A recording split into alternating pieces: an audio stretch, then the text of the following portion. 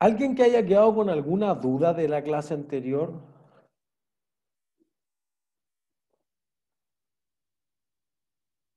¿No? ¿Todos claros? Ya. Entonces, ¿en qué vamos a estar abocados las próximas clases? Es en lo que va a tener que ver con el por qué debiese ser relevante presentar la contabilidad financiera y particularmente que sea bajo las normas internacionales de información financiera. Entonces, debiésemos ser capaces de lograr tres cosas. Entender primero cómo se comunican los mercados financieros con las empresas y particularmente estos mercados que entregan capital, que le aportan para hacer proyectos a las compañías, entender cómo las normas internacionales de información financiera o International Financial Reporting Standards han mejorado la calidad de esa información que yo quiero enviarle a ciertas empresas, entender cuáles son los principales estados financieros y el cómo estos te van a ayudar a tomar ciertas decisiones, tanto a las empresas como a las personas que inviertan en eso. ¿Sí? Entonces, ¿qué cosa es importante que uno considere, por ejemplo? Yo creo que lo introdujimos súper bien las clases anteriores y que particularmente la clase anterior estuvimos discutiendo harto sobre qué debiese hacer o qué tipo de empresa o qué cosas me gustaría medir. Particularmente nosotros desarrollamos un ejemplo en el torno a que tú querrías ver ciertas rentabilidades y que eso podría servir dependiendo de ciertas sociedades. ¿Sí?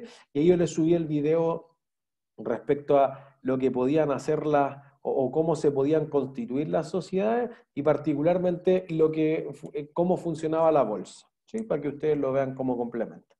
Entonces, ¿para qué me sirve la contabilidad? Por ejemplo, si tú tienes un local comercial y quieres abrir un segundo local, o en qué región debería abrir otro, o si debería expandir exactamente el mismo local y comprar, por ejemplo, la casa de al lado, bueno, eso depende de qué factores. ¿Por qué ustedes abrirían un segundo local si ustedes tuvieran un emprendimiento? Porque me está yendo Para bien. expandirse, Ya, porque me está yendo bien, pero para expandirse, ¿por qué? para cubrir como más campo de donde puede llegar a más personas. Ya, pero eso es porque en última instancia llegar a más personas, ¿qué te va a reportar? Más ganancias. Sea, hay más Más ingresos ganancias. y también se ve que aumenta la demanda, que más me Ya, piden, pero no puedo alcanzar esa meta, entonces necesito expandirme. pero las empresas siempre tienen que ser más grandes para ganar más. No necesariamente. No No. necesariamente. Eso es importante.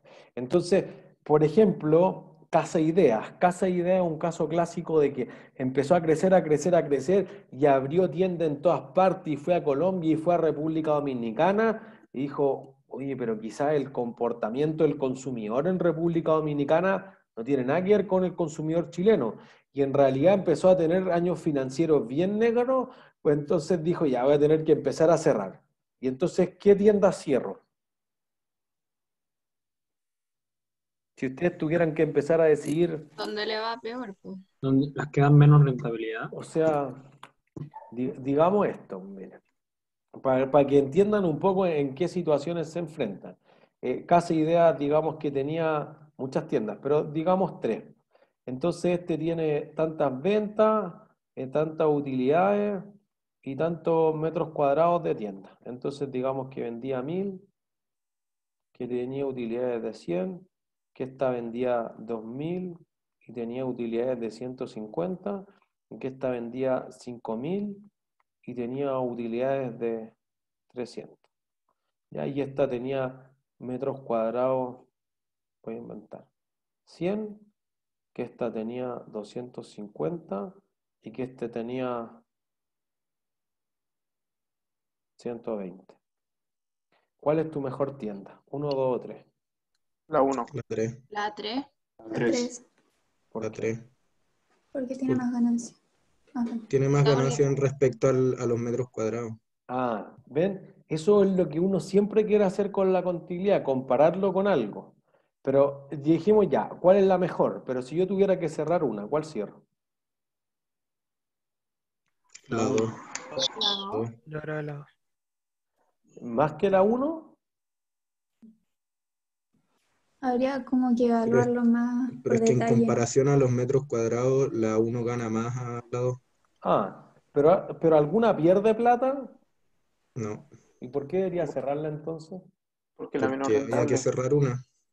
¿Pero por qué? La más Pero, gasto. ya, bueno, quizás yo propuse eso, es cierto. Pero en la realidad uno cerraría una tienda que gana plata. No. No, No. Podría ser que sí, ¿o no? Podría ser que sí. Hacia allá quiero empujar. ¿Por qué? Porque al tú tener la plata metida en la inversión que haga en lo inventario, en la tienda física, en la plata que que los clientes no te paguen, las cuentas por cobrar, tienes una inversión ahí, po. Y tu inversión, si no la hiciera ahí, ¿qué podría hacer? Abrir otro local. Ir a otra Cualquier lado. parte y quizá en otra parte voy a ganar 120. Entonces siempre hay un costo de oportunidad de mantener invertida la plata en cierto lugar. Entonces tú dices, mira, si aquí gano 100 y sufro entre que me van a saquear, entre el estallido social 2.0, en el que estoy endeudado en el extranjero en dólares, entonces el tipo de cambio y que encontrar las mercaderías justas y que los empleados no se roben mercadería y que me van a demandar y que la indemnización, si hacer negocios no es simple, sufro y gano 100. Si yo meto la plata al banco y tengo un depósito a plazo, gano 140 y duermo tranquilo. No tiene ningún negocio ir a hacer, o sea, no tiene sentido ir a hacer ese negocio. ¿Se entiende? Entonces hay veces que las empresas ganan, claro, pero ganan una cantidad mugrosa. Por ejemplo, la TAM Airlines en su año más negro vendía 10.000 millones de dólares, ganaba 25 millones de dólares. Entonces, si yo pongo 25 sobre 10.000, esto es el 0,25%. Al año, ¿ustedes sufrirían para tener esta rentabilidad todo el año? Y que los pasajeros te escupan el counter, que se pierdan las maletas, que te hagan pebre por Twitter reclamando que se perdió, que te van a demandar, que los aviones no lleguen a tiempo, que se pueda caer, que el sindicato de pilotos te va a hacer un paro, etcétera. Por 0,25, no. Claro, si tú me dijeras por 9,25 es otro cuento, pero por 0,25 quizás es mucho sufrimiento por tan poco retorno.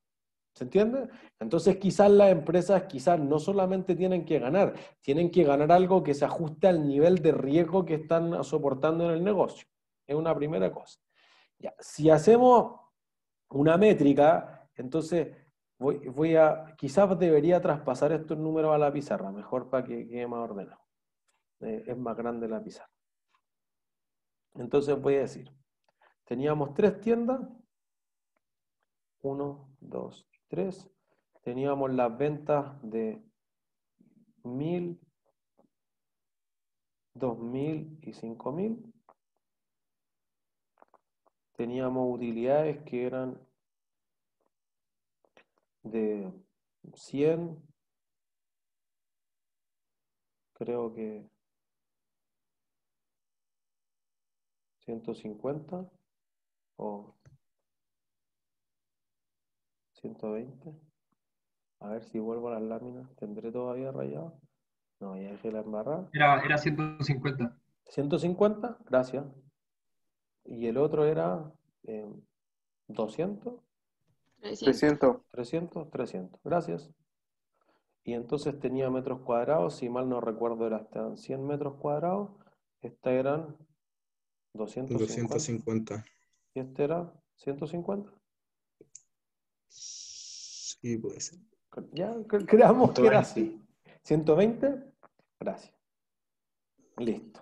Entonces nosotros podríamos decir, mira, hay un indicador, un KPI, digamos, que un KPI significa Key Performance Indicator, un indicador clave de éxito con el que se mide mucho al retail, por ejemplo, que son las ventas sobre el metro cuadrado. Entonces aquí podría decir, mira, ¿cuánto vendo por metro cuadrado? 10. Aquí vendo 8 y aquí vendo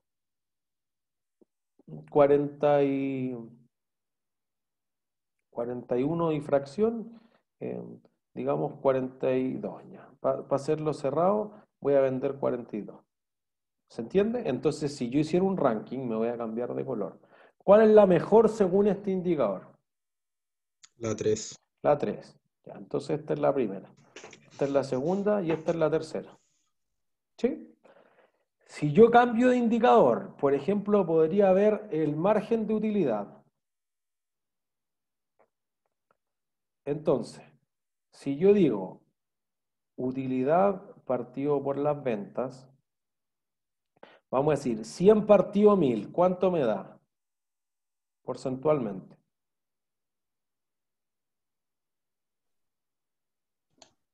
10%. 10%. Gracias. 150 sobre 2000 me va a dar 7,5% y la 3 me va a dar 300 sobre 5000. Entonces me va a dar 6%. Entonces fíjense, vuelvo a hacer el ranking. ¿Cuál es mi mejor tienda? ¿1, 2 o 3? 1. 1. Después esta y después esta. Eso no sé si se ve como un 3. Ahí sí. Entonces cambió el ranking como margen de utilidad. Entonces alguien podría decir, no, hagamos algo mejor todavía, hagamos la utilidad por metro cuadrado. Ya, listo. Entonces me gano 1 por cada metro cuadrado, me gano menos de 1, me gano, digamos, 0,6. 0,6 por metro cuadrado y aquí me gano 2,5 por metro cuadrado. Entonces diríamos, bajo el mismo ranking que antes, te va a quedar 1, 2 y 3. Entonces, ¿cuál cierro? Alguien me va a decir ninguna porque todas ganan plata, es cierto. Entonces, podría ser que tu negocio quizás sea, no, pues mira, porque si yo digo en promedio, te va a quedar ventas por metro cuadrado de 2,506 a 1, no sé, 1,4, 1,8. Pero quizás si yo cierro esta y cierro esta, me mejora esto. Sí, pero hay que quedar con peor margen. Ah, chuta, entonces quedémonos con esta nomás. No sé, depende de lo que ustedes los midan como gerentes, como indicadores de desempeño. ¿Se entiende? Entonces podría Pero, haber profe, distintas tónicas de cómo elegir si expandirse, que uno siempre cree, no, si los negocios tienen que crecer. No, por el contrario, casi idea que ahora vuelve a ser muy rentable, se tuvo que achicar. El Unimark particularmente se tuvo que achicar esencialmente para llegar a ser rentable y empezar a vender muchas salas de venta o deshacerse de esas salas de venta que no le eran rentables realmente. Entonces, eso ha sido una diferencia significativa entre un negocio que está en crecimiento y un negocio que quizás tiene que achicarse, particularmente en estos tiempos de pandemia. ¿Alguien iba a hacer una profe, consulta? sí, yo. ¿Qué Que más? sería válido o sea, hacer comparaciones con los metros cuadrados independiente de cuánto vale el metro cuadrado, porque no en todas partes vale lo mismo el metro cuadrado, puede muy fácil, o sea, puede ser posible que el de 100 metros cuadrados te salga igual más caro que el de 250. Pues si es que compraste la tienda, si tú la arrendaste la tienda, por ejemplo, ya le quitaste el gasto del arriendo. Entonces ahí sí te da lo mismo, porque ya cuando mides la utilidad, por ejemplo, es más barato. Pero es cierto que si tú dices, oye, yo tengo un Unimark en Pudahuel o tengo un Unimark en Las Condes, por ejemplo, el metro cuadrado es más caro. Entonces pueden ser otros indicadores, porque por ejemplo tú dices ya, si yo quiero hacer ventas por metro cuadrado, un OK Market tiene pocas ventas por metro cuadrado, el líder lo revienta en ventas por metro cuadrado, o sea, indicadores reales, el líder puede llegar a vender 2 millones, 8 o 3 millones por cada metro cuadrado de sala de venta. Y si se imaginan, un líder tiene 5.000 metros cuadrados, uno chiquitito, 10.000 metros cuadrados, uno grande, entonces hay mucha plata por metro cuadrado, en cambio quizás el OK Market por metro cuadrado venda 1 millón. Pero ¿quién tiene más margen? El Oxxo, o sea, el OK Market. El Oxxo o el OK Market o cualquier otro que sea de paso. Entonces, te pasa que los que son más vecinales o de paso, tú vas y haces muchas más compras, más lo que discutíamos en la clase anterior respecto a ITE.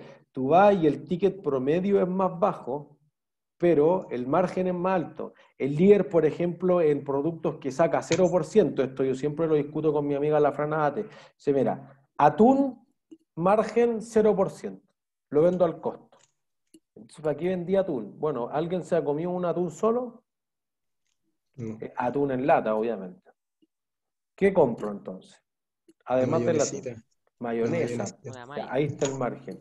Galletita, palta, queso Filadelfia. Y me dice, si nosotros ya sabemos que nadie va a ir a comprar una lata de atún pelado, chao, entonces nosotros es como atraer al cliente y después el margen lo pegamos en Hellmann's. Ah, y ahí está, Not Mayo, no sé lo que sea. Ahí agarramos el margen. Entonces, eventualmente, eso no es lo mismo que el Oxxo.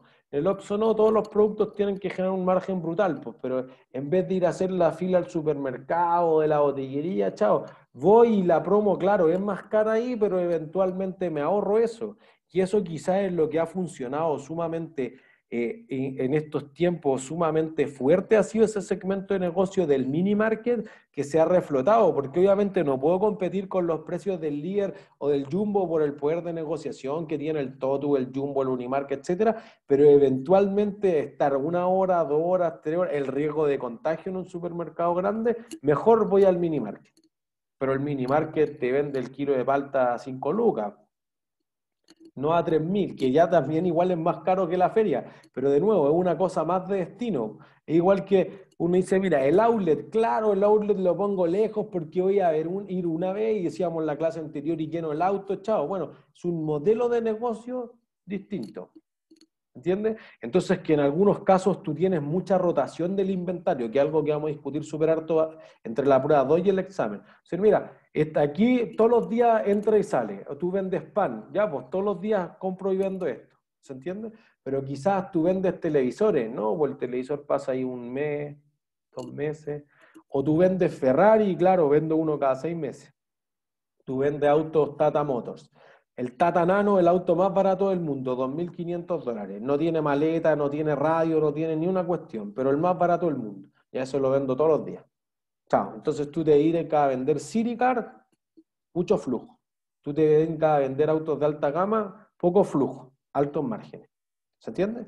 Entonces, ese tipo de decisiones requieren de ver la contabilidad. Entonces, yo quiero mirar la utilidad y cómo se estima esta utilidad, o quiero ir al banco y le decir, oye, préstame 100 millones. ¿El banco qué me va a pedir? El margen, ¿no? Pero, por ejemplo, ya, si ustedes fueran una persona y le van a pedir un préstamo hipotecario al banco, ¿qué le interesará saber al banco para saber si prestarte 100 millones o no? Y puede pagarlo. Ya, ¿cómo voy a saber eso? La rentabilidad. Con los ingresos.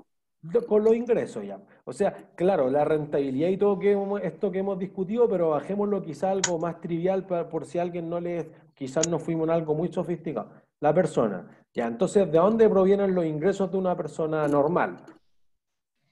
De un trabajo. Del sueldo. Listo. Entonces, ya, a ver, dame tus últimas 6 liquidaciones de sueldo. Eso va a decir el banco. Entonces, decir, mira, esta persona gana en promedio 800.000 pesos, ya yo le presto 1.500 pesos. Préstamo hipotecario. O dice, ya, pero si no quedara aquí, a ver, ¿cuánto ellos ponen del pie? Ah, ¿cuántos ahorros tienen? Entonces, no es que el banco se lleve todo el riesgo de financiarte la casa propia, por ejemplo. Quizás compartimos el riesgo. Entonces, si él en vez de poner el 20% que es el mínimo, quizás se ha esforzado muchos años en ahorrar, tiene el 30%, recibe una herencia y quiere poner la mitad, es distinto. Entonces quizá ahora le podría financiar un monto más alto del total de la casa porque tiene un pie más grande, ¿se entiende? O podría tener que pagar cuotas más pequeñas. Entonces, por ejemplo, miren, y esto es lo que dice la ley del banco. Digamos que la persona gana 1 millón para que nos dé un valor redondo. ¿Cuánto ustedes, si ustedes fueran los responsables de establecer un máximo para que las personas no queden sobreendeudadas, ¿cuánto de ese millón establecerían como máximo que puede pagar en un préstamo hipotecario para comprar una casa o un departamento? ¿De pie? No, de lo que mensualmente le va a salir la cuota, ¿cuánto podría ser si la persona gana 1 millón? No hay una respuesta 25%. correcta. Sí, creo. Es una razonable. O sea, va en línea con lo que dice la ley, ¿se entiende? No es que alguien tendría que saber esto en primer año de ingeniería comercial, pero quizá usted ya se imaginarían que si se te va el 80% en el arriendo o en la cuota del préstamo, chuta, ¿qué le queda para vivir? Obviamente que esa persona está sobreendeudada, pero un 25% en muchos países, en el caso de Chile el 30%. Ese indicador se conoce como tasa de esfuerzo. Es decir, qué porcentaje de todo tu sueldo o del sueldo consolidado de un matrimonio, etcétera, cuánto se va en pagar la cuota o el dividendo, como se conoce, del préstamo hipotecario. ¿Se entiende? Entonces ahí tú miras a la persona las liquidaciones de sueldo. Bueno, el equivalente para la empresa va a ser el estado de resultado, que es uno de los estados financieros que nosotros vamos a introducir. Entonces la empresa va a decir, perfecto, pues mira, aquí yo voy a mirar, por ejemplo, que tenga utilidades. Pero ¿le prestarán plata a usted a una empresa que tiene pérdida? Depende. No, porque Depende de no las creo, proyecciones. porque es mucho riesgo. Pero si Bueno, tiene Depende si seguro del tiene coronavirus, igual propiedades. bueno, eso es si importante. O tiene sea, algo valioso. si tiene oportunidades hacia el futuro y si está en coronavirus, o sea, los bancos no querían prestarle, los bancos se han portado pésimo con las empresas hoy en día y en el fondo y particularmente con las pymes, porque si tú dices, oye, yo le voy a prestar plata al metro, claro, es el negocio seguro, pues el metro te va a pagar, pero los que dan el empleo en el país son mayoritariamente las pymes, las pequeñas y las medianas empresas. Entonces el gobierno tuvo que salir a obligar a los bancos que le otorgaran los créditos COVID, porque decían, no, que con este préstamo perdemos plata. Bueno, te obligo a que le prestes plata así, porque tú tienes que sostener la economía. No puede ser que solamente cuando las cosas eran lindas tú le prestes plata y ahora le cortes esto, o al revés. Y eso es una parte importante de la discusión ética que queremos tener sobre la contabilidad y sobre los mercados financieros en general. Tú dices, oye, mira, la empresa, por ejemplo, cuando ganan plata, ¿las empresas quieren pagar impuestos o no quieren pagar impuestos? No. No. Entonces, cuando le está yendo bien, no quieren que se meta el gobierno, nunca. Y entonces, ahora que la TAM Airlines está cerca de la quiebra, ¿qué quiere que haga el gobierno? Que se meta. Que el Que gobierno lo lo ayude. rescate. Bueno, Sí. así no funcionan las cosas. O el gobierno está siempre o no está nunca. Pero no es cuando tú quieras me llamas, no funciona así la cosa. Y eso presenta un desafío ético. Entonces, si no te gustaba cuando ganabas plata, ¿por qué te va a gustar ahora que pierdes plata? ¿Se entiende? La contabilidad podría ir en esa línea. Entonces, claro, los bancos, oye, tú me prestaste cuando estábamos todos ganando plata, millones, etcétera, y ahora que tenemos problemas, me hay que cerrar las puertas, es al menos un comportamiento súper poco ético de parte de los bancos. ¿Se entiende? Entonces, uno podría tener que pensar en ciertas cosas que quiere mirar. Oye, pero ¿qué activos me podrías dejar en garantía? En el fondo, si tú no me logras pagar el préstamo porque no logras repuntar a raíz del COVID, ¿quién paga? ¿El Estado? Ya, garantía estatal. O tú me dejas un terreno que tienes, o me dejas la fábrica, o me dejas los vehículos de la empresa, listo. Hay ciertas cosas que tú vas a poder dejar como garantía o como colateral de un préstamo. ¿Se entiende? Entonces la contabilidad podría ayudarte a decidir ese tipo de cosas. Quizás comprar, uno siempre dice, no, ya compremos. Bueno, quizás el negocio no es comprar, pues. Quizás el negocio es arrendar. Porque mira, si tú te compraste un avión y la pandemia dura 10 años, nunca voy a poder volar el avión o lo voy a volar a pérdida porque voy a poder subir por el distanciamiento social muy poca gente. Si tú lo arrendaste y nadie se va a subir en los próximos 2 años, ¿qué hago? No dejan de arrendar. Corto el arriendo, po. Esto, y se acabó, po. Entonces quizás uno dice, no, pero es que siempre hay que ser propietario, ¿no? Después en Finanza 1, en algunos años más, podemos discutir, oye, quizás es una tontera ser propietario de la casa, quizás es mucho más barato arrendar para siempre. Entonces las empresas deben decidir si compran o arriendan, porque eso le da flexibilidad, los compromete, porque claro, si tú te gastaste 100 millones, me voy a atar a la casa hasta que se desarme, pero si la casa no es mía y se cayó, chao, me voy, no puedo ocupar la casa, no me puedes cobrar arriendo, chao, y me voy a otra casa. Podría ser en términos de negocio mucho más estratégico arrendar que comprar. ¿Se entiende? Entonces tú dices, oye, mira, estallido social, tú eras una farmacia y arrendás el local y fueron y te lo quemaron, ya perdiste los inventarios, etcétera, pero el local no era mío, no es mi culpa. Pero si tú lo habías comprado y te lo destruyeron y no hay seguros de por medio, se pone complicada la cosa. ¿Se entiende?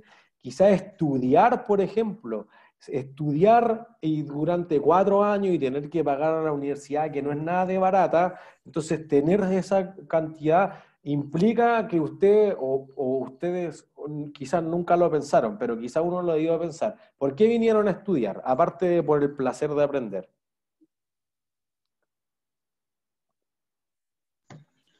Sacar la Pero carrera era y un después futuro ganar. Sí, pues, pero sacar la carrera, ¿por qué, po? para poder O vivir más poder ejercer adelante. después. La ¿Pero no pueden vivir generalización. sin una carrera? O sea, sí. Para poder hacer un buen No, negocio. igual no te asegura como un estatus en términos de cuánto te van a pagar y cosas así. Sí, Pero igual yo nada creo te que lo la gran asegura, mayoría po. no. O sea, podrían ser un ingeniero comercial cesante nomás. O sea, nada te lo asegura. ¿Se entiende?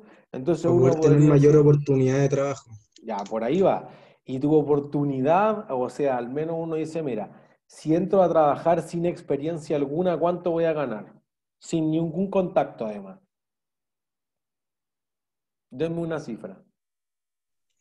Un poco más del sueldo mínimo, o sea, depende. 350, digamos, 400 si tienen suerte. Bueno, entonces tu proyección sería, mira, si después de 5 o 6 años, que es lo mismo tiempo que estudiarían, ¿cuánto estaría ganando? Si estarían ganando 3 millones de pesos, entonces no tiene sentido estudiar porque nuestros egresados deben tener ahora, en las condiciones actuales de la generación del año pasado, un sueldo de egreso de 1 millón en promedio, cambia dependiendo del magíster. Si ganan de ingeniería financiera, será 1,5 millones, finanzas quizá 1,200,000, quizás marketing o administración estratégica un poco menos. Pero uno dice, bueno, pero si yo hubiera estudiado, perdón, si no hubiera estudiado, gano lo mismo, pero no pagué la carrera.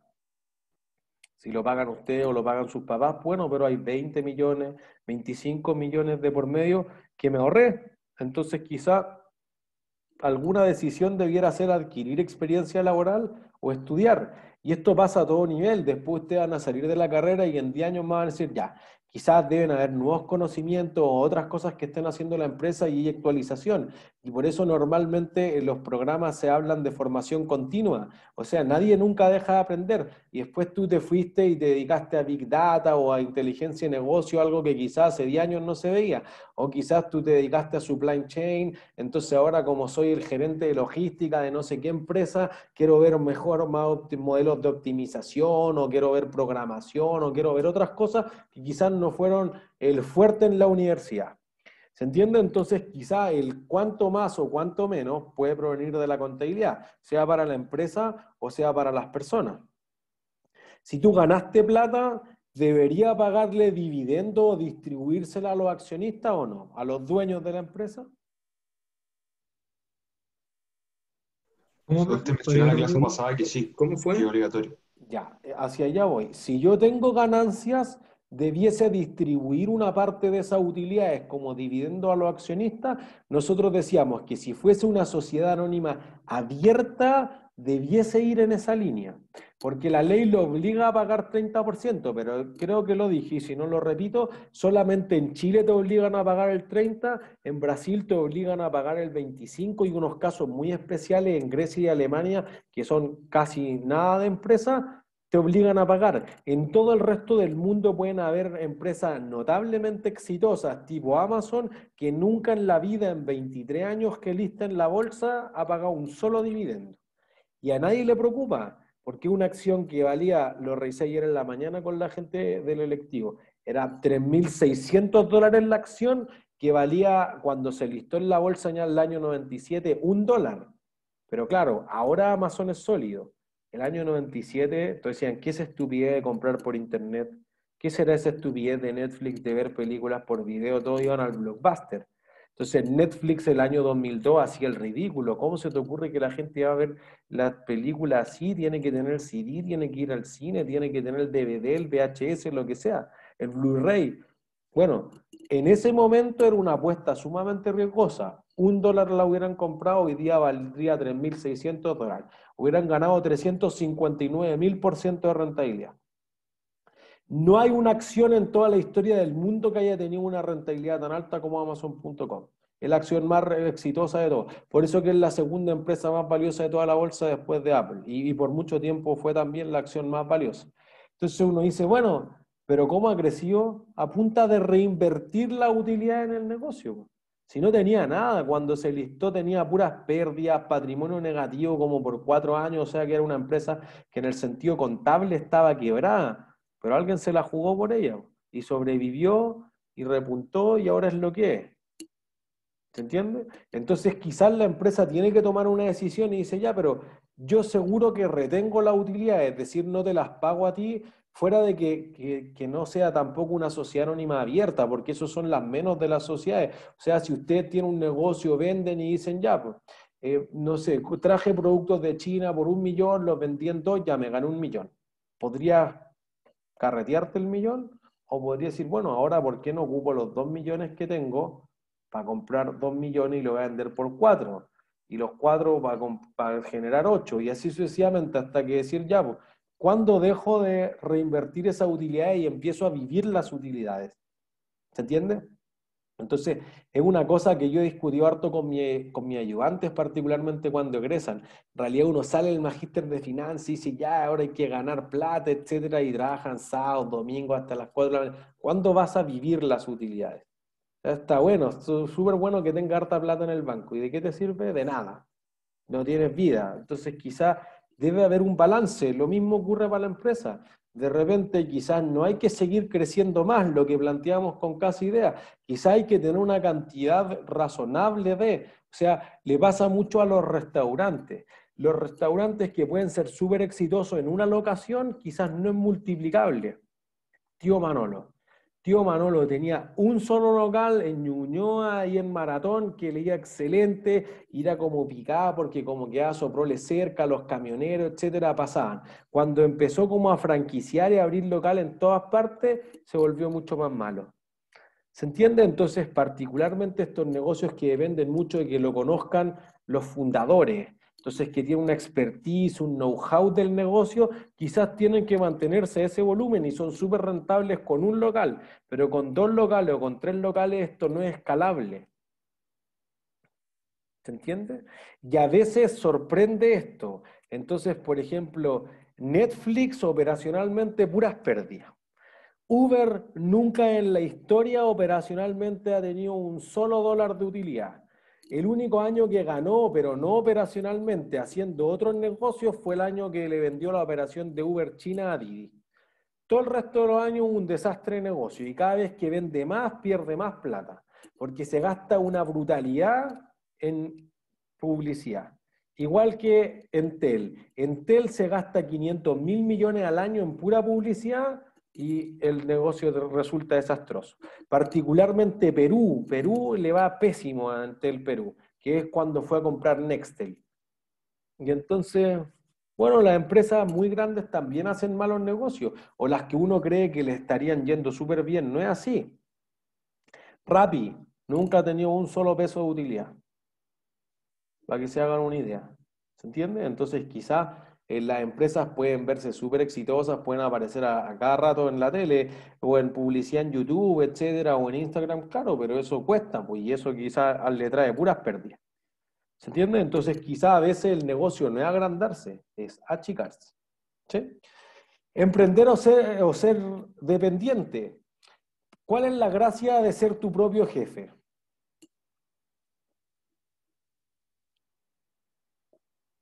Que se trabaja solamente para uno. Eso. Entonces tiene flexibilidad. ¿Cuál es el riesgo? Que todo recae en ti si pasa algo. Eso. No tengo un sueldo a fin de mes, pues entonces no existe el colchón. Entonces quizá el evaluar emprender o no emprender depende de los ingresos, depende de qué tan volátiles vayan a ser esos ingresos al futuro. Entonces, una idea es que si tú estás utilizando la contabilidad podría a darte luces o a contestar algunas de estas preguntas. ¿Se entiende? Entonces, pensemos que la contabilidad no es solamente para los contadores, así como las finanzas no son solo para los financieros. Te pueden llevar a tomar decisiones del tipo de que cuánta deuda le puedo prestar a esta empresa, o cuánto es la liquidez que tiene que tener. O sea, tú abres un negocio y tienes que tener plata en la caja para dar vuelto ya. ¿Cuánto es el óptimo? Habrá un óptimo, porque en el fondo tú puedes decir, bueno, pero es que si me roban debería tener poco, pero si tengo muy poco, ¿qué pierdo? Si tienes muy poca caja para dar vuelto, ¿qué pierdes? Eficiencia con los clientes. Eso, no vendo porque no le puedo dar vuelto. Entonces, típicamente tú vas a comprar algo en una esquina, por ejemplo, y dices, No sé, pues tengo un billete de 20, ya, y véndeme un chicle por 20.000 pesos. Te va a quedar sin vuelto. Entonces, ¿por qué no hago esa venta? Porque si hago esa, pierdo 15. Entonces, tiene que haber una compensación. Y eso todo está fijado con cosas que podrían estar relacionadas a la contabilidad. ¿Sí? ¿Es claro para todos? Alguien quizás se quedó más atrás.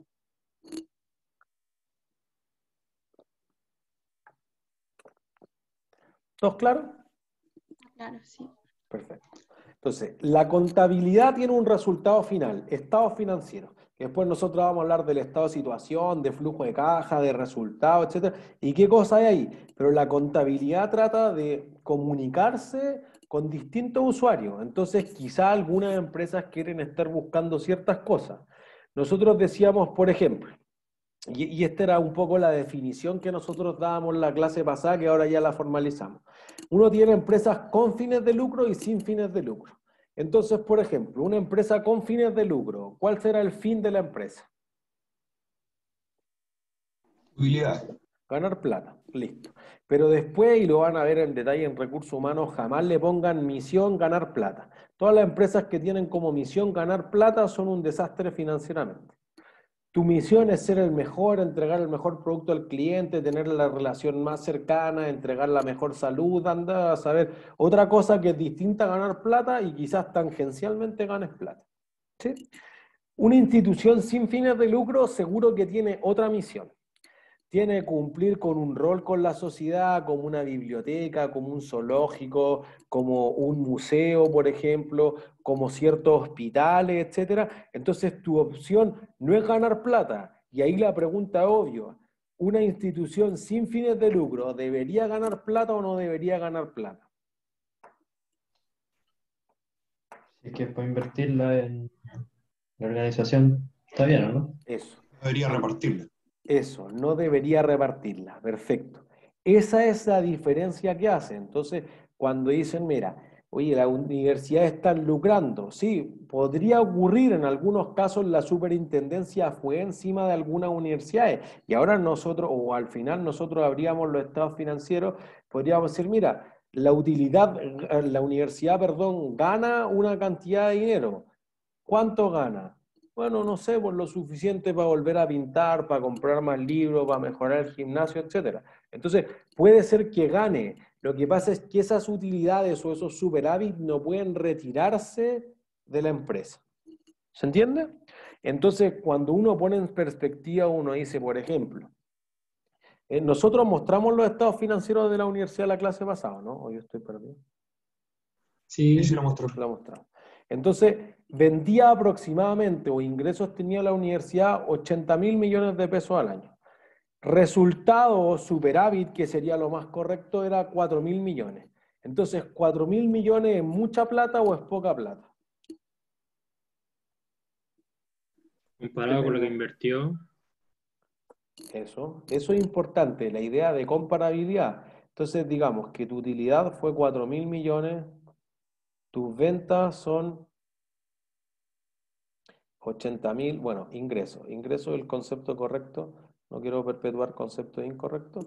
Y por ejemplo, en activo en la universidad tenía algo así como, voy a poner otro número, 60.000, para que nos den números bonitos. ¿Sí? Todo esto en millones, obviamente. Entonces uno podría decir, oye, si yo tengo el hotspot y se gana 4.000 millones, la está rompiendo.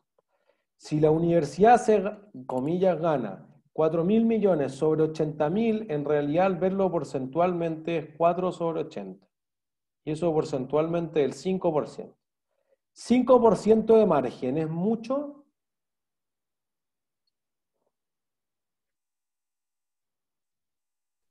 Normal, Mucho, ¿o no? pero yo diría que está bien. Bueno, a nadie le suena que sea 50%, 60%, que uno diría, oye, es grosero. O al revés, lo que yo decía, mira, si tú fueras, por ejemplo, la UTEM, y tú ves que en realidad se está cayendo a pedazos tu facultad, entonces, claro, o que los dueños llegaron andando en un Nissan V16 y después se fueron en un Maserati, chuta, es sospechoso, está claro.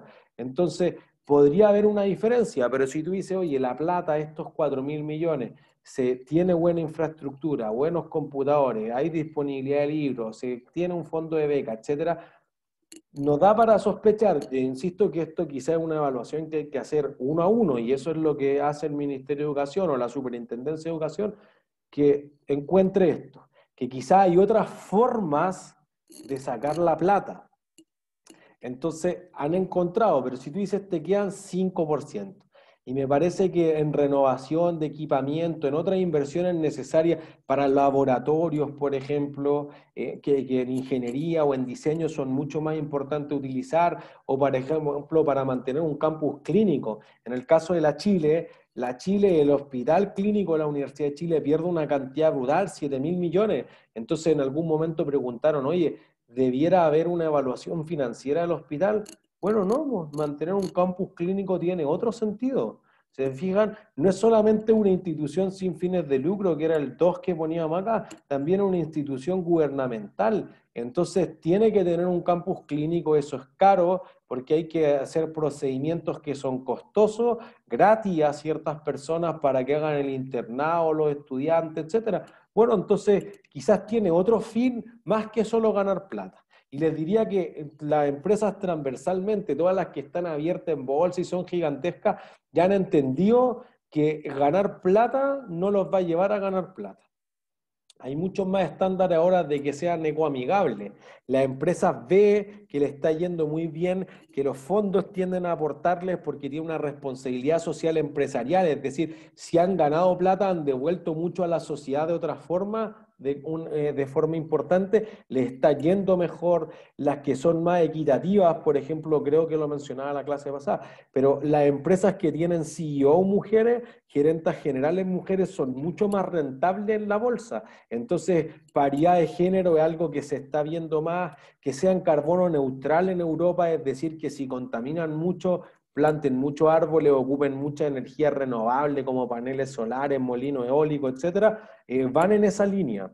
Entonces, dentro de eso cambia la figura de lo que uno querría ver dentro de esos estados financieros. ¿Se entiende? Entonces el Metro de Santiago, bueno, si pierde plata a manos llenas da lo mismo, tengo que conectar eso. O EFE, Empresa de Ferrocarriles del Estado, o Correos de Chile, capaz que ya nadie manda cartas, pero quizás tiene que existir. Algo que siempre se discute, TVN, que pierde una cantidad pero ya grosera de plata, pero el Estado o el gobierno debería tener un canal de televisión ¿o no?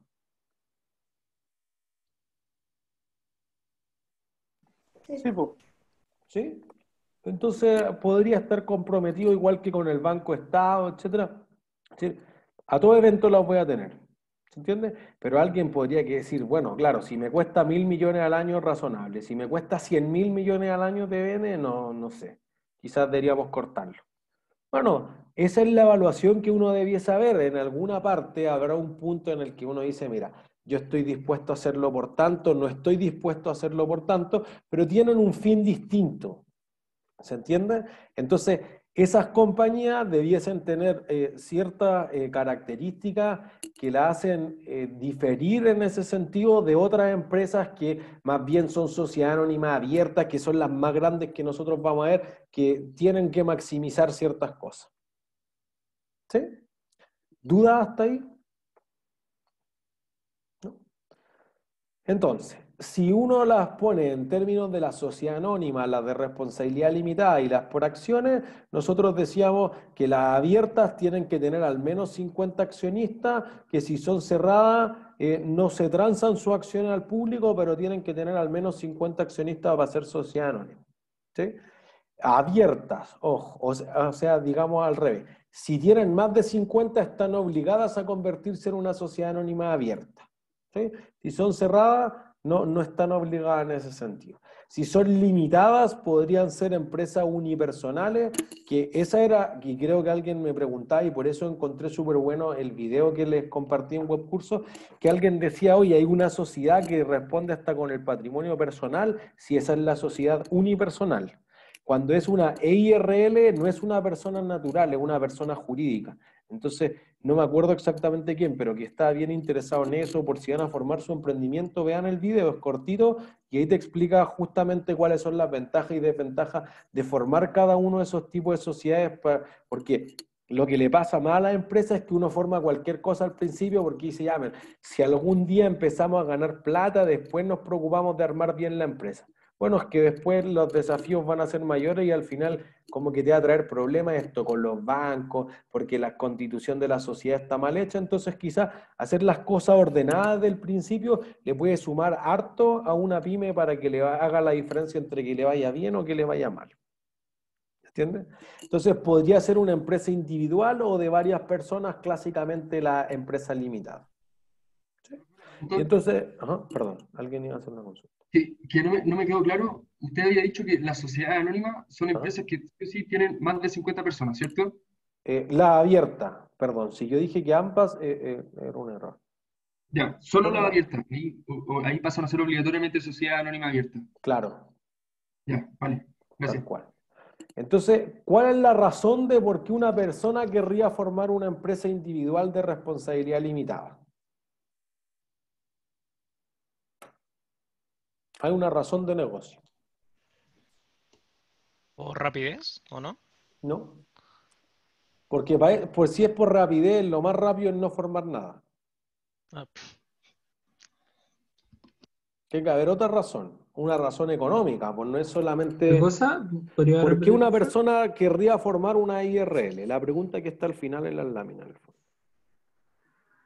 ¿Por los impuestos?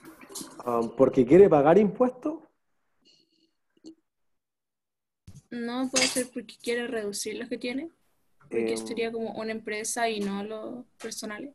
Ya, que los impuestos personales podrían ser más altos que los que paga una empresa, es cierto. Es una razón de por qué formar una IRL. Lo otro es que si tú haces negocio a título personal y el negocio resulta mal y le quedo debiendo plata, me vienen a embargar las cosas de la casa. Si tú haces una empresa de responsabilidad limitada, entonces la responsabilidad está limitada al capital que tú hayas aportado a esa sociedad. Entonces tú dices, yo puse 1 millón, o puse 100.000, o puse 10 millones en este negocio, y si los 10 millones los perdemos, hasta ahí llegamos mi responsabilidad. No va más allá que eso. No es infinito a que me vengan a quitar las lámparas, las sillas, las mesas, etcétera, etcétera, etcétera. ¿Se entiende? Entonces, esa es una de las grandes ventajas. Una SPA, lo decíamos, es mucho más flexible, por eso que se está utilizando mucho más lo que es las sociedades por acciones, porque la SA necesita que se haga un directorio, necesita que haya una junta de accionistas, que se firme el acta, etcétera. En términos legales es más latera y hay que gastar más recursos. Entonces, que si va a ser administrada por los gerentes o por los directores, si toman decisiones conjuntas, y eso hay que notariarlo. Entonces eso ya es costoso. Una SPA es más versátil. Mira, nos juntamos por Zoom, chao, dijimos que vamos a comprar esto y no tengo que informarle a nadie. Si la sociedad anónima se juntó, hay que firmar el acta, te tienen que enviar el acta, hay que contratar a un secretario de acta, y el secretario no es cualquier persona, es un abogado y cobran duro los abogados. Entonces puede ser en términos de hora y de la plata que se gasta una sociedad anónima más. Pero claro, si el volumen del negocio se justifica, quizás debe ser una SA. Pero una SA es mucho más estructurada que una SPA. ¿Se entiende? Entonces, entendiendo cuáles son las sociedades que uno podría estructurar, es súper importante el quién está mirando el resultado final de la contabilidad, que son los estados financieros. Y el resultado final son los estados financieros, y podrían haber distintos grupos de interés en torno a estos estados financieros. Entonces, por ejemplo, los accionistas. ¿Qué querrá mirar un accionista en los estados financieros? El retorno. El retorno. Listo. La rentabilidad o el retorno. Ya, el retorno podría medirse de varias formas. ¿Qué necesito calcular para saber cuánto es el retorno? Invertido y utilidades. ¿Ya? La utilidad. Entonces podría ser la utilidad sobre el invertido. Entonces, por ejemplo, uno podría decir, perfecto, esta rentabilidad sobre la inversión fue invento, 8%. Ya, Pero tú también podrías decir, mira, la utilidad comparado con otra cosa, que era lo que hacíamos recién, por ejemplo, contra las ventas. Ah, este fue 40%. Chuta, ¿cuánto es bueno, cuánto es malo? No sé. Pero quizás tú quieres mirar esas cosas.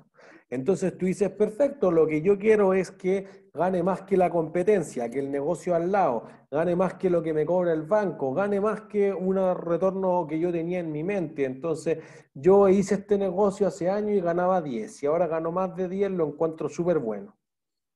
Son parámetros, ¿se entiende? Pero un accionista está mucho más concentrado esencialmente en la rentabilidad del negocio. Quizás los acreedores y los proveedores no están enfocados en esas cosas. ¿En qué estará enfocado un acreedor?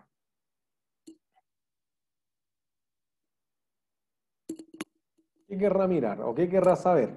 ¿Qué pregunta querrá contestar un acreedor? Si es que le van a pagar, ¿o no? Eso, ¿paga o no paga? Y quizás querrá pensarlo en el corto o en el largo plazo. Fundamental. Ya, en el muy corto plazo quizás es más la lógica de los proveedores. Entonces, pensemos que tratan de responder la misma pregunta. Pero quizás los acreedores, un banco dice, mira, yo le di un préstamo a 3 años. Quizás ahora le estoy dando y le dejo patear las cuotas ahora en tiempo de pandemia, pero igual la empresa se recupera en 3 años. Pues entonces cuando la gente puede ir al restaurante, el restaurante le iba súper bien. Perfecto. El proveedor, capaz que no, pues dice, oye, tú me debías hace 90 días el pedido de verduras que te hice o de pescado. Sí, es que mira, estamos cerrados desde marzo. Bueno, chao, no te doy más crédito. ¿Se entiende? No, es que, no, pero ¿cómo? No, es que tengo trabajadores, no. Tengo que pagar los sueldos, no. ¿Se entiende? Entonces quizás los proveedores dicen, bueno, pero lleguemos a un acuerdo y yo te paso la mitad o te devuelvo los productos y tú se los vendes a otros que sí te puedan pagar. Lo que se habla a veces es venta en consignación. Entonces, mira, te devuelvo las bebidas porque están intactas, no les pasó nada, te devuelvo las cervezas, te devuelvo las cosas que no sean perecibles. En el fondo, ah, ya aquí estamos, los vinos, no sé. Listo, te devuelvo esas cosas. ¿Se entiende? Que quizás es distinto a lo que quiera mirar un cliente, por ejemplo. Un cliente, ¿qué querrá ver?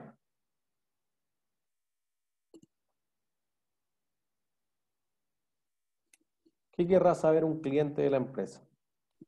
El producto, servicio. Los productos.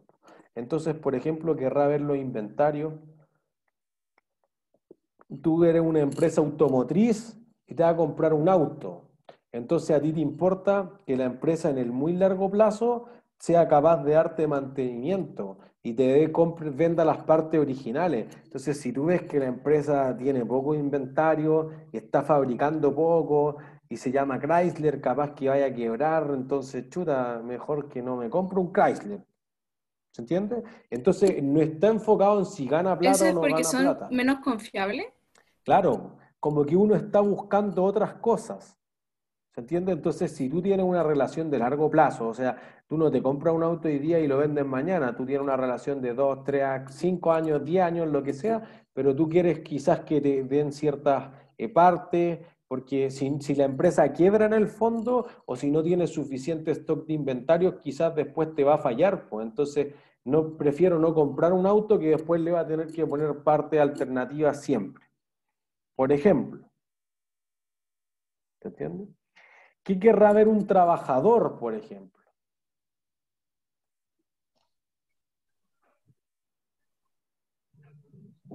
Que sea estable. Que sea estable, ¿qué cosa? Supuesto. No sé, así Pero como que no. Escucho, que no. Que no sueldo. tenga como mucho alto y bajo.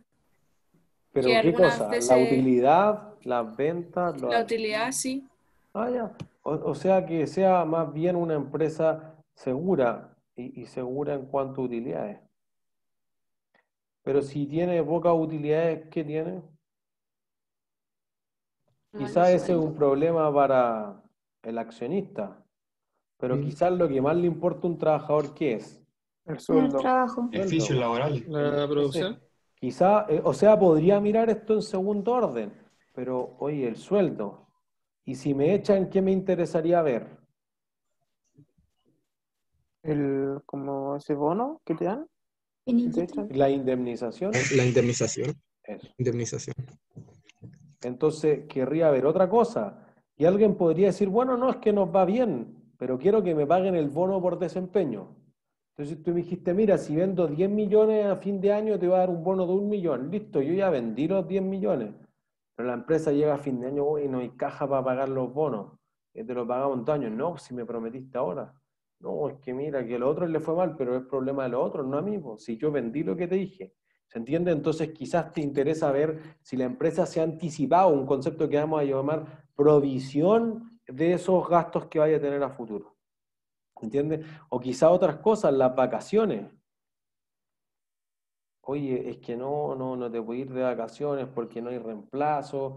Pero ¿cómo si es legal? Sí, pero te las puedes tomar en todo el año. Entonces, ándate en invierno, ¿no? Que en invierno no, hace frío, chao. Puede ser otras cosas que se estén mirando. ¿Se entiende? Entonces tú dices, no, mira, podría ser que el regulador, por ejemplo, quiera mirar el servicio de impuesto interno o que sea, por ejemplo, la Superintendencia de Seguridad Social quiere ver si hay el cumplimiento de por ejemplo, la suceso que regula las mutuales de seguridad, que se paguen los accidentes laborales, que se pague la incapacidad permanente o la enfermedad profesional, entonces que se cumplan ciertas cosas. O tú podrías hacer la super de pensiones, bueno, tú quieres que las AFPs cumplan con todas las restricciones que tú les dijiste, que no inviertan en tales locuras, que tengan al menos tanto por si alguien se cambie de fondo, etcétera. O tú eres la super de salud, entonces, la Superintendencia de Salud querrá ver otras cosas, querrá ver que las clínicas tengan suficiente stock de medicamentos, etcétera, etcétera, etcétera. ¿Se entiende? Entonces, se van a enfocar en ciertos aspectos del resultado final de la contabilidad, que son los estados financieros distintos. Y tú podrías ser Greenpeace y decir, mira, yo tengo otro aspecto. Yo quiero ver que tenga tantos pasivos ambientales y que cumpla tales cosas. Y que en realidad, si eres AgroSuper, te dedica a las gallinas felices. Y podría ser cualquier otra cosa. O que tú tengas, por ejemplo, esté asociado a alguien que quizás no es un regulador, pero, por ejemplo, esta empresa que hizo el desafío 10 por. ¿Alguien sabe lo que es el desafío 10 por? No. Nadie. Estallido social. Estallido social, el desafío 10 por es que todas las empresas que se afiliaran al desafío, el sueldo entre el más bajo de la empresa y el más alto de la empresa no fuese más que 10 veces. Entonces, invento, la señora del aseo y la gerenta general de la empresa no puede ser que ella gane 300 y la gerenta gane 30 millones. Tiene que ser máximo 10. Entonces, si la gerenta gana 10 millones, la señora del aseo tiene que ganar 1 millón. Entonces, o se baja el de más arriba o se sube el de más abajo, pero la distancia no puede ser más que 10 veces. ¿Se entiende? Entonces podría ser, oye, queremos ver que se cumpla esto. A ver, ábreme la planilla de sueldo, ábreme todo esto, etcétera. Si no, no puede ser. O tú podrías ser, por ejemplo, una empresa de certificación, ISO 9001. Oye, quiero ver que se cumplan tales cosas laborales. O quiero ver que se cumplan otros requerimientos que nosotros hicimos de operación, de mantenimiento, de calendarización, de la rotación de empleados, rotación de la gente dedicado a bodega, de la auditoría interna, que no vayan a tener conflicto de interés, millones de cosas que uno querría ver quizás dentro de los estados financieros. Obviamente los estados financieros tienen un alcance limitado además, no es que ahí se pueda poner todas las cosas del mundo que uno se imagine, pero una parte importante de las cosas que hemos discutido debiesen estar dentro de esos estados financieros. ¿Sí? ¿Dudas hasta ahí? ¿No? Sí. Entonces, ¿cómo funcionan los mercados financieros? Si tú eres una empresa y necesitas plata, ¿a dónde vas a ir a pedir plata? Al banco. Al banco. ¿Por qué vas a ir al banco a pedir plata? Porque tú no tienes capital suficiente como dueño de la empresa, entonces y quieres crecer. ¿Sí? Lo que decíamos. ¿El banco por qué te va a prestar plata? Para que crezcas y después le devuelvan la plata. Con interés. Con interés. Para ganar plata. Ahí está. Para ganar plata, su negocio es cobrar los intereses. Entonces tú vas a decir, mira, el banco presta plata porque cuando te envía la plata hacia allá, te cobra una tasa que vamos a llamar de colocación.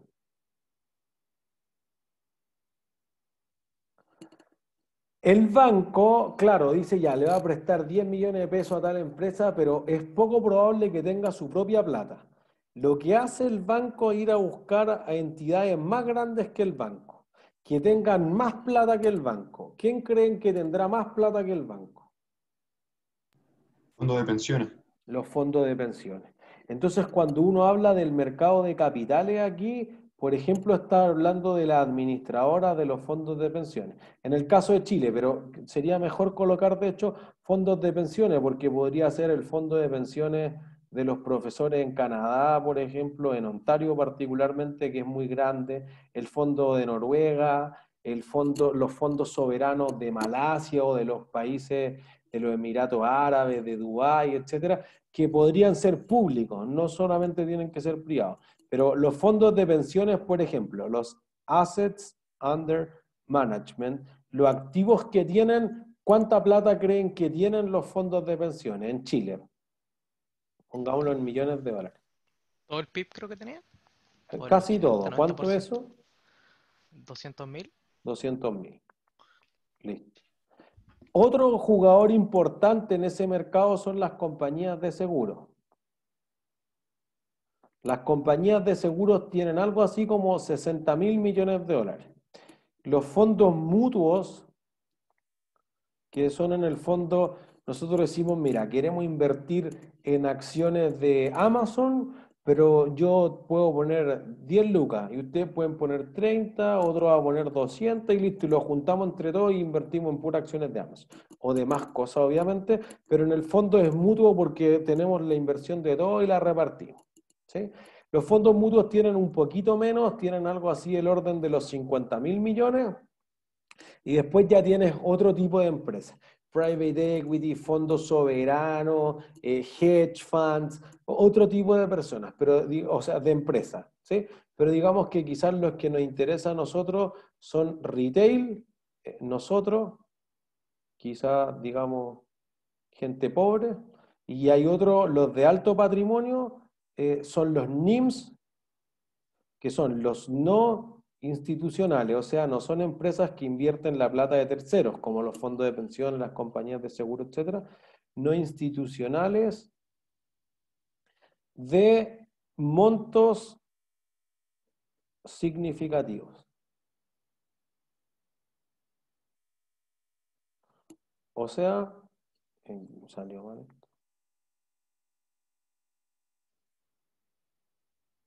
En personas de alto patrimonio. ¿Se entiende? Entonces, quizás que tú le quieres prestar al banco 2 millones de dólares, 5 millones de dólares, alto patrimonio. Retail, todas las personas naturales como nosotros, comunes y corrientes. ¿Sí? Entonces, ahí lo que uno dice es perfecto. Entonces, ¿de qué forma el banco obtiene estos fondos? ¿Qué le ofrece a una FP o a las personas como nosotros el banco? ¿Cómo el banco se asegura de que yo ponga plata en él?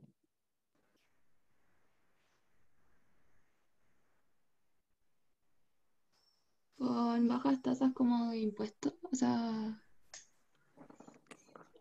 No exactamente de impuestos, pero cuando yo le voy a pedir plata al banco, me es atractivo que me dé un préstamo a una tasa baja. Cuando tú vas y le dices, oye, yo me sobra plata, tengo unos ahorros y quiero dejarlo en el banco, ¿qué me ofrece el banco?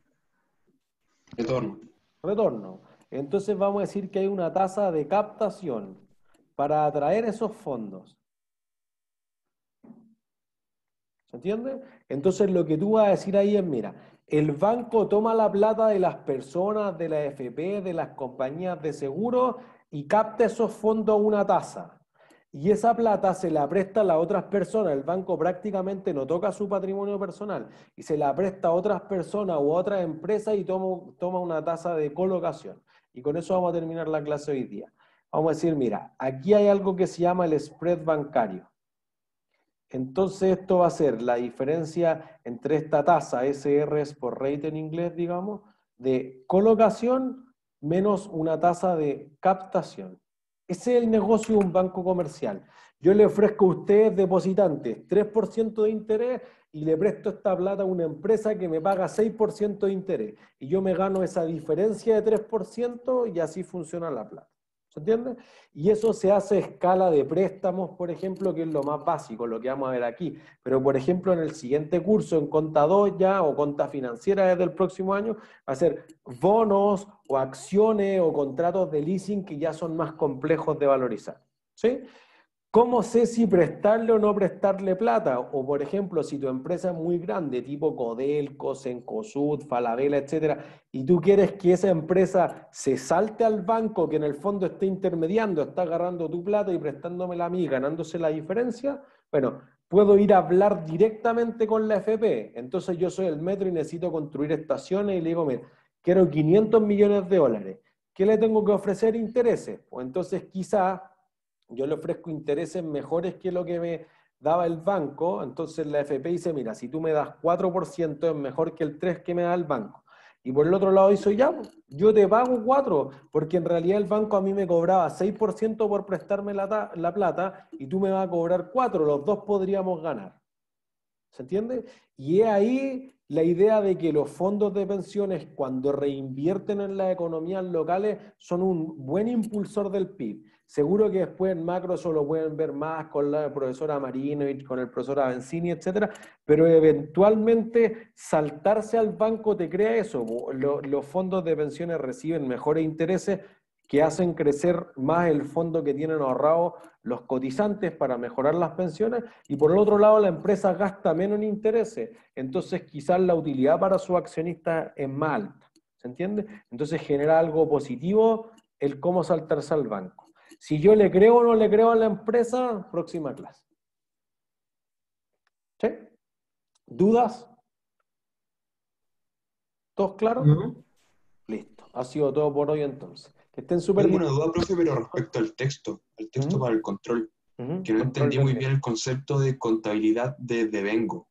¿A qué se diferencia de la contabilidad normal? de flujo de caja. La contabilidad de devengado es que si yo te vendí un auto y te entregué el auto, entonces yo genero una venta, independiente de si tú me pagaste o no me pagaste. Entonces yo te prometí dar un servicio, te entregué el servicio, está devengado el servicio, o ya ocurrió, se materializó, independiente de que tú me hayas pagado o no me hayas pagado. ¿Me entiendes? Entonces está medido en que se entregue el producto o servicio, no está medido en que se pague o no se pague de por medio. Ok, perfecto. Muchas gracias, profe. ¿No hay de qué? Que estén bien. Chau, chau. Profe, una pregunta. Profe, cuídese. Gracias. Chao, chao. ¿Usted está subiendo las clases grabadas, no? Que ayer las busqué y no las encontré. Sí, hay un post que se llama Clases en Video. Ah, ya, no las encontré por eso. Ya, gracias. Pero es el primer post que te va a aparecer en el aviso de webcurso. O sea, en nuestro webcurso, no en el webcurso común, por lo demás, que para tomar los controles. Ya, gracias. Listo, no hay de qué. Chau, chau. Chao, profe, que esté bien. Chao, igual. Chau, chau.